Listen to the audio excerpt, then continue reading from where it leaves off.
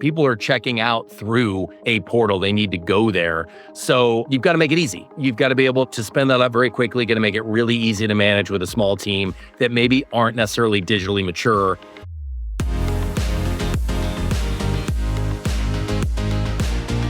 Welcome to another episode of the Ecommerce Toolbox Expert's Perspective. Joining us today, we have a very special guest. We have Travis Hess, who's the CEO of BigCommerce. Travis and I first met when he had joined as the president. Obviously, we know there's been a lot going on over at BigCom, so really excited to have you on the show today. Welcome, Travis. Thanks, Galen. I really appreciate it. So, you have a very well-decorated background over 2 decades. You've been on the agency side in leadership. You've done consulting for brands like Accenture, Live Area. So you have a lot of perspective that you brought into BigCommerce.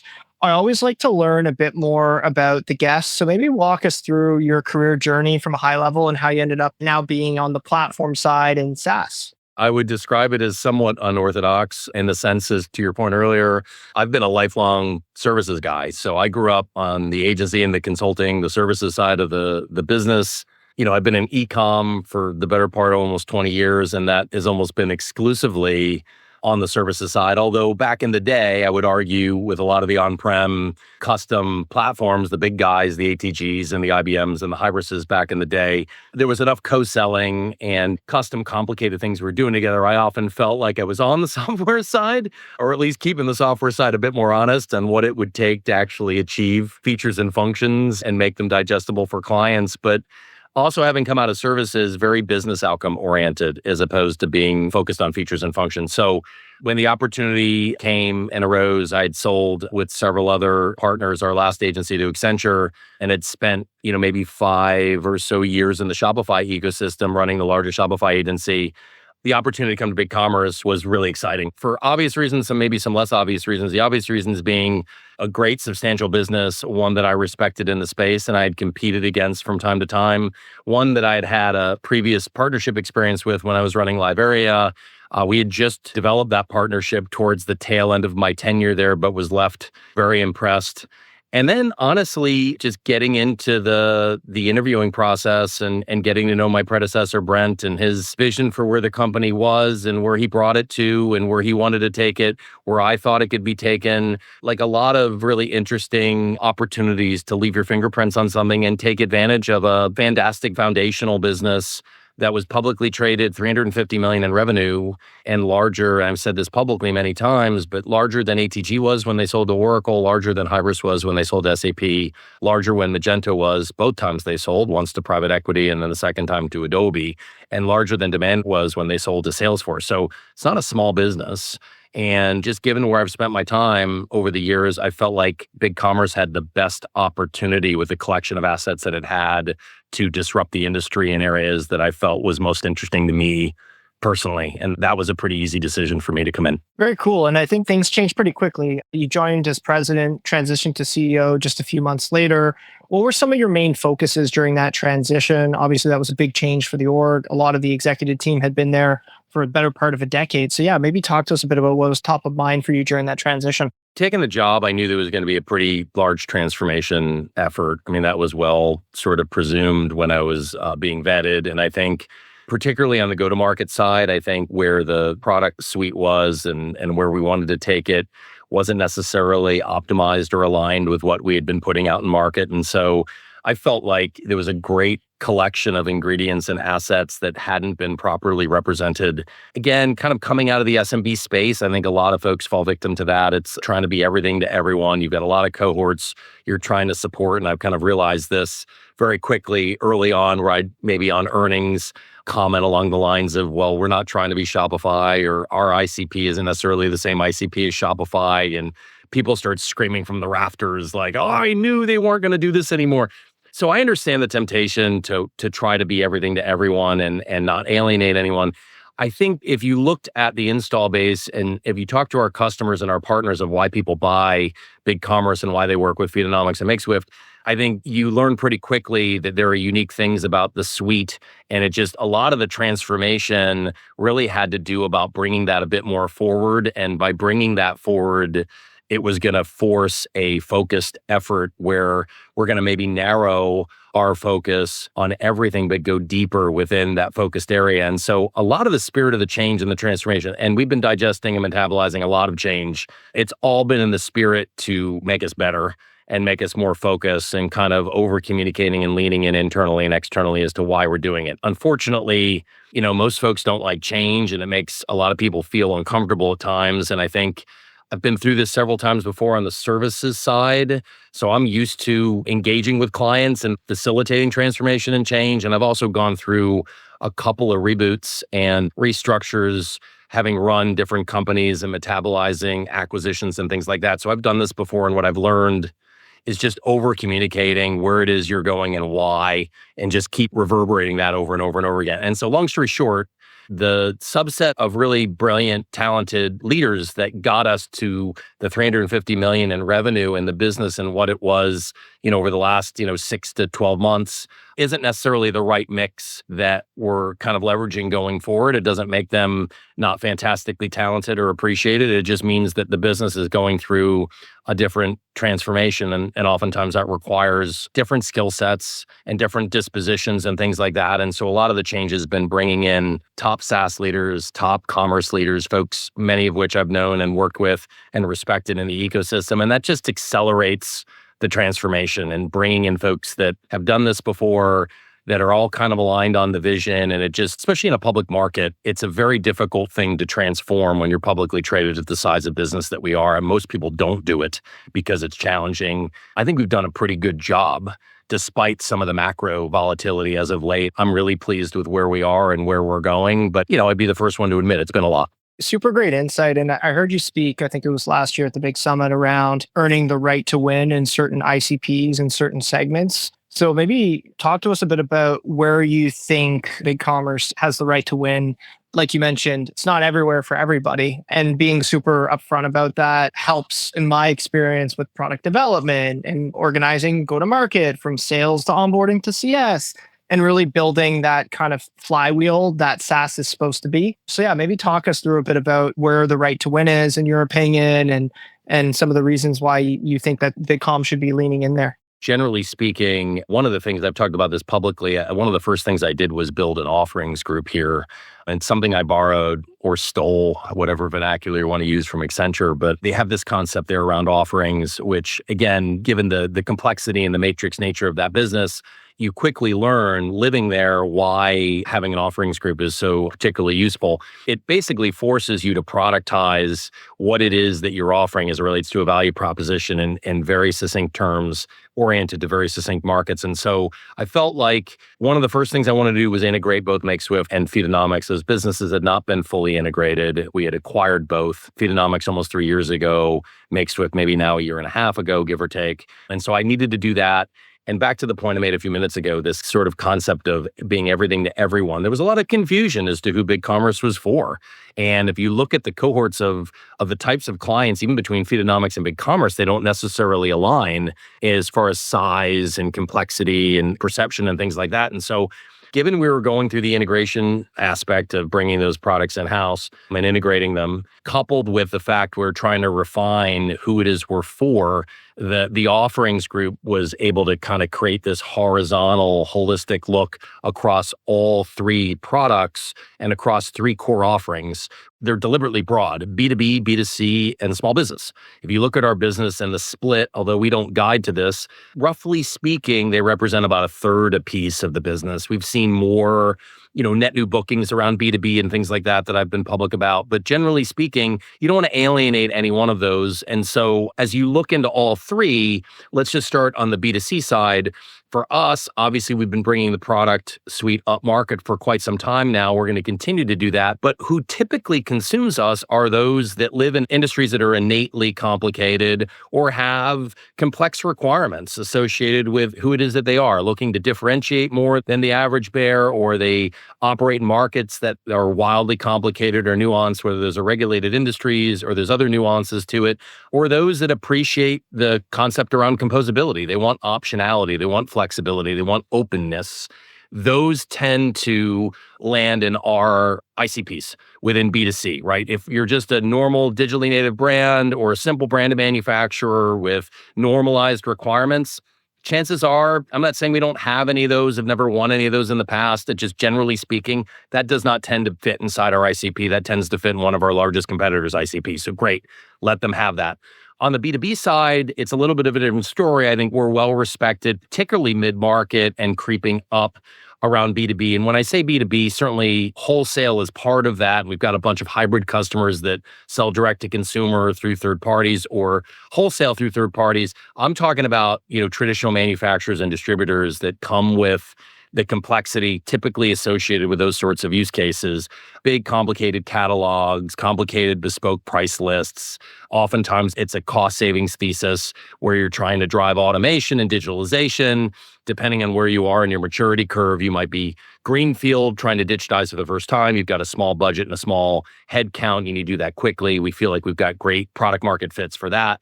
Or you're someone maybe a bit more complicated and a bit more mature, where again, taking advantage of our capabilities out of the box and through composability, being able to appease more complicated use cases.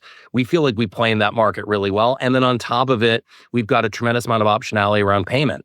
Right? We don't commercialize our business by operating like a bank, although that may work at times in B2C. It definitely doesn't work in B2B. And then on the back end, typically with large manufacturers and distributors, you've got multiple sources of truth, multiple ERPs, things like that. We feel like it also plays really well in that market. And then lastly, in small business, again, I think the simple stuff we will reserve for our top competitors. In small business, again, organizations that live in complicated markets, regulated industries, businesses that are innately complex, whether that's multi-level marketing or direct selling or travel or things like that, or have a need for differentiation or customization or complexity, just lend itself to what it is we do best. And that's where we've really deliberately started leaning in more and more and more. It always existed. We just didn't articulate it as crisply as I think we probably could have. And just realizing that, we're not going to be for 80% of the market, and that's okay. Yeah, it's funny you say that. Even as one of, obviously we're very well partnered together between our organizations. And even myself last year, I was curious with the questions that I just asked you around, in which scenario, if we have a client that's on a legacy platform and they're like, where do I go? In which case is BigCom clearly the best solution? So I think you've articulated it really, really well. So kudos to you and the team for clarifying it, because to your point, you can't be everything to everybody and you need to have that kind of that right to win. So that's really, really, really cool to hear. I'm sure you've hired a lot of C-levels and VPs. You've seen it. And I learned this early in my career, and I haven't been around nearly as long as you, but I learned that there's some people that come in and they want to change everything because they want to put their hands on everything. And that's not necessarily a feature. It might be a bug, right? Also coming in and doing nothing, that's probably not why you're hired. So maybe talk to us through how you kind of balanced changing everything and what you felt like didn't need to be changed. Oh, gosh. We could spend a couple hours talking about that. Over drinks would probably be easiest. Yeah, there's an art and a science to this, certainly. I think the beauty and the downside of being publicly traded is obviously it's heavily regulated, and we have a fantastic team of FP&A and finance here. And I tell Daniel Lentz all the time that he makes me feel safe. He is a brilliant talent. And I think this isn't done in a vacuum. This is done cross-functionally within leadership. And I think to your point, it's getting everybody on the same page. I mean, we'd all love to do everything in a given time period or a given year. It's just not digestible fiscally or organizationally. And so part of the offerings group thesis isn't just to accelerate the integration and the go-to-market of the three products and sort of the ICPs. It's also really a synthesis of a prioritization framework internally to, again, get everybody collectively on the same page as to where it is we're placing our bets for the given year or the roadmaps across all three products. So that's actually served as kind of a centralized layer to kind of bring in all of those inputs from our install base, inputs from field marketing and sales and revenue, certainly inputs from product and engineering, and really synthesizing and boiling this down as to where would we list our top priorities and strategies that are going to increase client wallet share, increase ARPA, increase conversion rates, decrease churn, like all of those things, and then objectively place our bets as to what we're going to do and why, and then manage against that. So Yeah, I think, anytime there's new leadership at any place, I think you naturally see, just like a football team, a new head coach comes in and all of a sudden, maybe there's a new offensive coordinator, defensive coordinator. Maybe they're keeping some of those folks, maybe they're not. But generally speaking, you're going to change guards, bring in folks that have done this with you before. There's a comfort level and a trust, and it's really about acceleration. You don't have a lot of time to do this in a public market. So that's the downside, but it's also the good side. It forces you to be incredibly crisp and focused in execution, because you just don't have an endless runway and there's not a tree in the backyard we can go pick money off of. It all needs to be funded and justified, and there's puts and takes. And yeah, it's hard. It is not for everyone. And for whatever reason, probably a separate episode where you can psychologically unpack that, why I'm attracted to these sorts of scenarios. But yeah, I find myself in them, and I find myself energized by them. Not that I love change, but I love change when it's transforming something into something more efficient or better. And I think that journey, as you look back, I've learned more from transformations than I have in anything else. And I think you go into it with the right mindset. I think it's incredibly beneficial cross-functionally for people's careers. And like anything else, I'm not a Mensa candidate. You just do it enough, you get used to it. I don't have all of the answers, but you learn what not to do through skinning your knees along the way. And I think applying that in practice, it's fulfilling, but it's also rewarding in many regards too. Great answer. I'd love to dive in. Sounds like you like a challenge. But maybe talk to us a bit about, you mentioned earlier in the positioning, open SaaS, composable ecosystem, but also driving simplicity. You talked about, okay, well, you want flexibility, you want to drive best of breed. Maybe you have some complex use cases. On the other side, complex use cases potentially comes with complex overhead, multiple vendor management, just straight up complexity in your stack, managing different integrations. How have you thought about it at the exec level of like balancing flexibility with making sure that you don't need a PhD to kind of operate the system? It's interesting. Like, I always talk about this in terms of it being a spectrum in the space. And again, not to draw any political parallels, but if you think of the right side of that spectrum, and let's just use real players in the space just because it's easier. If you think of composability and the purest form of it on the right side of that spectrum, and think of commerce tools, right, and composing things from scratch, I understand the benefit of that. I think they've done arguably an amazing job from a marketing perspective over the years in articulating a vision. Now, they get dogged on a lot because they've had some attrition and some rumblings in market, certainly, and some criticism. But to their defense, not that I have any vested interest in Commerce Tool, just being honest, they also attacked probably the most complex TAM out there. And I don't care what platform or solution you threw at that TAM, it was going to be squeaky and rough and challenging and things like that. But again, that TAM is very, very narrow. It's big, but it's narrow. And if you look at the other side of that spectrum, as it relates to composability, I would say you've got your legacy monolith or your simplistic monolith. Go ahead and throw Shopify in that. And I don't mean it disrespectfully. They are very much a monolith. And so Salesforce and SAP and everybody else. There are benefits to that, certainly. I would say on that spectrum, we're right of center. We're more towards the commerce tools model versus the monolith. I don't think we want to be a monolith. We also don't have the R&D and the capital to compete against a Shopify who's throwing off, however many billions a year in R&D. I'm surrendering the fact that I don't think this is a feature and function arms race that anyone's going to win. I don't think the market wants features and functions. If they did, they would still buy legacy because it's far more feature rich than anything new today. I think what they want is business outcome, and they want agility. They want organizational agility. And so for us, what I'm trying to do is bring the benefits of composability, which we've done for a long time in the space, albeit more down market and mid market. And I'm trying to make it more digestible up market to meet a bigger TAM. And the way to do that is not only own the distribution in many regards, as you've alluded to earlier, by pre-bundling or pre-curating these capabilities, but I want to bring the benefits of composability without the heartburn and the headaches that typically come along with it. To your point, you need a PhD to stitch it all together. More importantly, you need money and time, because that stuff takes a long time to materialize. And a lot of branded manufacturers, retailers, traditional manufacturers, and distributors don't have time. Everything is fast. Speed trumps everything. And so we're trying to make this more digestible operationally, technically, commercially, and being really deliberate about it, but also not having a walled garden approach of you've got to do it by our terms and our way. We're really trying to be quite pure and objective in the way that we're driving this by way of API. And so we're going to start orienting this towards specific markets, specific industries, accelerated reference architectures, and things like that, because I believe most clients want optionality.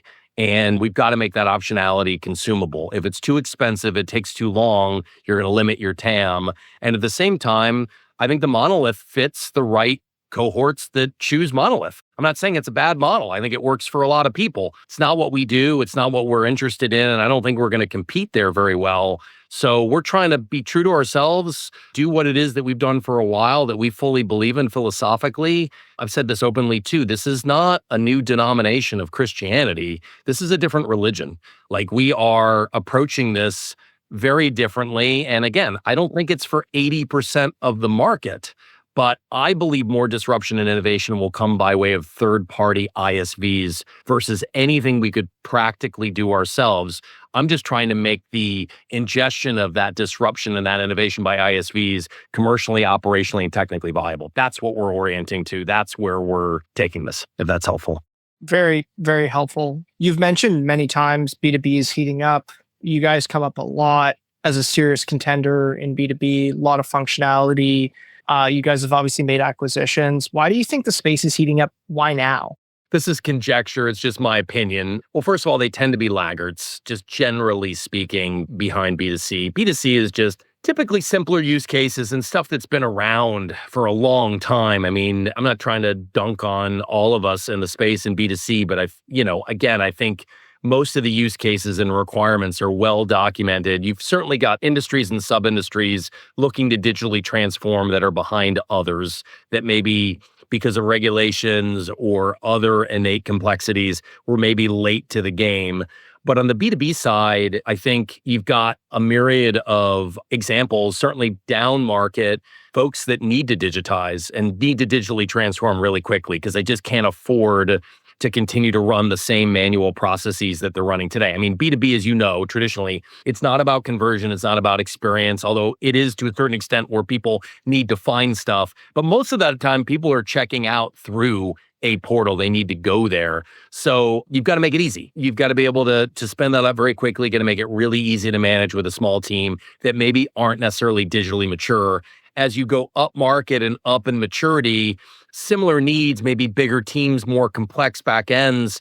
They also want a standardized framework by which to inorganically grow as well. A lot of these guys tend to acquire their way into growth in other markets. And so part of what we're trying to do is allow that digital transformation to happen very quickly while also providing a standardized framework by which new assets can be ingested into as they inorganically grow and acquire things. So two different spectrums of digital transformation. I feel like B2B has always been a bit farther behind than B2C. They don't tend to drink from the same watering holes. They don't tend to be as obvious. They tend to live in these unique industries within themselves that not everyone necessarily understands. And I think they respond to different sort of stimuli and solutions. It's just something that lends itself to the openness, flexibility, and the customization that's properly allowed within our platform. And so it naturally and organically maps really well to the space. So that combination of all those things at once is really leading to a lot of momentum. To be honest, we just bifurcated the sales and go-to-market teams for B2B. We never had a separate B2B team. We treated B2B almost like additional features and functions. If I was to be critical in the old way of doing things, we've really leaned in. We've bifurcated that entire go-to-market team. We're leaning in now. Most of the stuff will be out in market sooner rather than later on that bifurcation in the marketing efforts and things like that. So we really have been doubling down there in that motion alone. Not to say that we like it better than our other child or children, just saying that we've not done ourselves any favors by kind of treating it like just some additional features and functions. It's a real bifurcated business that requires the bifurcation to really treat it as immersively as we feel it deserves. Very interesting. And let's pivot, talk a couple of minutes about the Noibu relationship. You and I have chatted a lot about this. You referred to us kind of fitting into your curated composability strategy. In your opinion, why was Noibu kind of an obvious fit for that?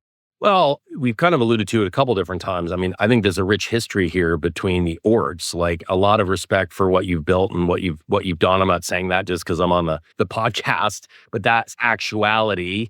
So there was already a comfort level. There was a tremendous amount, back to the prioritization framework I alluded to earlier through the offerings group, there was a tremendous amount of enthusiasm of incorporating you guys, mostly objectively through demand from our clients, demand from prospects, points of view from offering leads and other market-facing folks that felt like this was what we felt was a critical opportunity to take advantage of the value that you guys bring and ingest it in a deeper way that we can make available to our prospective customer base together and go to market jointly. So back to the point I've made a couple times, the cultural fit was already there. The joint value proposition was already there. We feel like it's an organic extension to what it already is that we're offering that we feel brings a material amount of value in a really organic motion. It just kind of checked all those boxes. And because of the history, it was just really easy, to be candid. Like if it was hard, maybe we wouldn't have done it despite the benefit, or at least not as quickly as we've had. But that's the long and short of it. I think this is the tip of the spear and more to come around curated composability that we're really excited to bring to market. So to do it with you guys as one of the first adopters of it, beyond proud of being able to do that together, just given all the variables I just touched on. Yeah, likewise. And you guys have been a phenomenal partner for us. And I'm curious, there's obviously tools within a platform like ours that enable merchants to find GMV opportunities, whether it's through speeding up their website, finding technical issues, UI, UX, session replay, all these different ways. It's kind of like a choose your own path of driving GMV.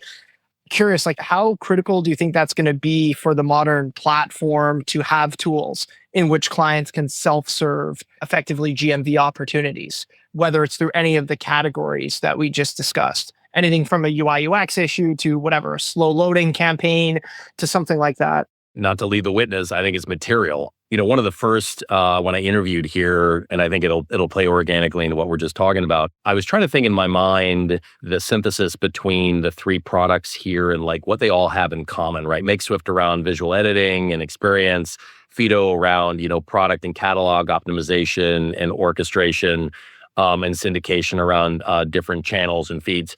And then obviously BigCommerce is the legacy platform. And what I tied all together in my own head before even having conversations with this concept around optimizing revenue. And I think to your point and what you guys bring to the table, everyone's looking to optimize revenue. How do I drive more profitable revenue? How do I gain more access to revenue? How do I create organizational agility? Whereas if I'm not able to optimize revenue, how do I pivot into other ways of achieving such? And how do I remove the friction in between? So having that in a self-service capacity that is, again, going to bring folks' attention to that very, very quickly, remove barriers and obstacles, and also highlight areas where they can double down, I think is material. In the new world order, it's just things happen so quickly. There's so many channels now. It's all about experimentation and optimization and doing it at scale very, very quickly. So I think anything that helps our customer base, either existing customers or prospective customers, able to optimize revenue at scale and create some semblance of organizational agility to achieve such, obviously we're going to view it as material and valuable to the business and the go-to-market. And I think, it speaks for itself. I mean, honestly, we are better because of this partnership. We feel like it strengthens the platform and the go-to-market and the offering. And this isn't a pride thing. This is like, I want to do what's best objectively for our customers and our prospective customers. And you guys make us better at what it is that we do. So I want to double down on that. I want to take advantage of that. And obviously, I want to evangelize it as best I can. And for what that's worth, thank you for bringing that to the table. And thank you for the partnership. It's been invaluable to date and looking forward to do more with you guys.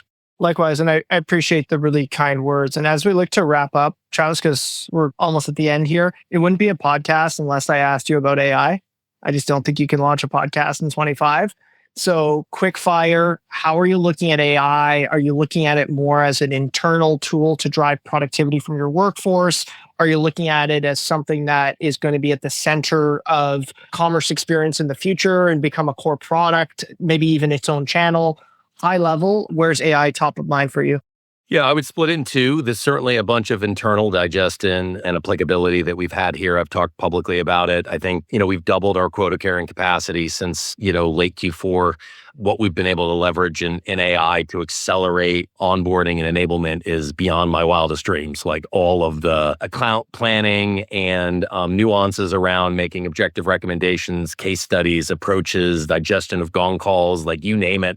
All of the administrative tasks that most market-facing salespeople and folks kind of resent in many capacities, it's really automated and made us so much better there. We're certainly looking at all sorts of other applicability within the business around, anything from oversight of code development and deployment and things like that, and other use cases within the business. But externally, obviously it's material. We don't hand wave. Well, we haven't hand waved a lot. I talked a little bit, probably talked more about it in earnings last week than I've had combined up until this point. Certainly it's material. It's changing. Everyone's touching and feeling this thing every day. Agentic is coming. Certainly we're partnering with the best of the best and are in active conversations and efforts with the top AI partners, whether that's, OpenAI, Perplexity, Microsoft, and others. We're already feeding some of that stuff today. And I think one of the more unique things is, especially around Feedonomics, the big advantage going forward in enriching these LLMs is going to be product and catalog optimization and data, as well as surfacing inventory availability and orchestration. And we already do both of those today through Feedo across 30% of the Internet Retailer 1000. And I think you're going to see more and more of that get ingested into what it is that we're doing and taking advantage of it. So yeah, we're very bullish on it. We just don't hand wave a lot. Thanks, Travis. I appreciate it. This has been a phenomenal episode. Thank you so much for joining. And yeah, excited to continue our partnership. Thanks, Cameron. Thanks for having me, man. Really appreciate it. The Ecommerce Toolbox Expert Perspectives is brought to you by Noibu. To find out more about Noibu and how we can help you debug your e-commerce site and rocket your revenue, visit www.noibu.com. That's noibu.com. And then make sure to search for the Ecommerce Toolbox Expert Perspectives on Apple Podcasts, Spotify, Google Podcasts, or anywhere else podcasts are found, and click subscribe so you don't miss out on any future episodes. On behalf of the team here at Noibu, thanks for listening.